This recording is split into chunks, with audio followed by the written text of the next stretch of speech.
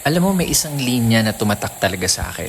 Only grateful people will have a sense of mission. Noong una, parang simple lang siyang pakinggan. Parang, oo nga naman, maging grateful ka lang. Pero habang tumatagal, mas naiintindihan ko kung gaano siya kalalim. Para sa akin, hindi ka magkakaroon ng malinaw na purpose kung hindi mo muna nakikita kung gaano ka ka-blessed. Kasi kung puro ka reklamo, kung puro reklamo ang nakikita mo, kung puro kulang ang titignan mo, paano ka magkakaroon ng dahilan para magbigay? Doon ko na-realize, kaya mahalaga na lawakan natin ang pagtingin natin sa mundo. Hindi lang yung sarili nating problema, hindi lang yung sarili nating struggles. Kasi kapag nakita mo yung mas malaking larawan, yung mga taong mas nahihirapan, yung mga taong kulang sa oportunidad, yung mga simpleng bagay na meron ka pero wala sa iba, dun mo mararamdaman yung tunay na gratitude. At kapag naging grateful ka, may nagbabago. Hindi ka na lang nabubuhay para sa sarili mo. Parang may tumutulak sa'yo na gusto kong gumawa ng mas makabuluhan. Doon pumapasok yung sense of mission. Kasi ang taong grateful,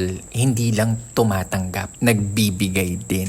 Hindi lang siya aware sa blessing niya, gusto niya ding maging blessing sa iba. Kaya siguro, kung feeling mo nawawala ka, kung parang wala kang direksyon, baka hindi purpose ang kulang, baka perspective. Simulan mo sa pagiging grateful.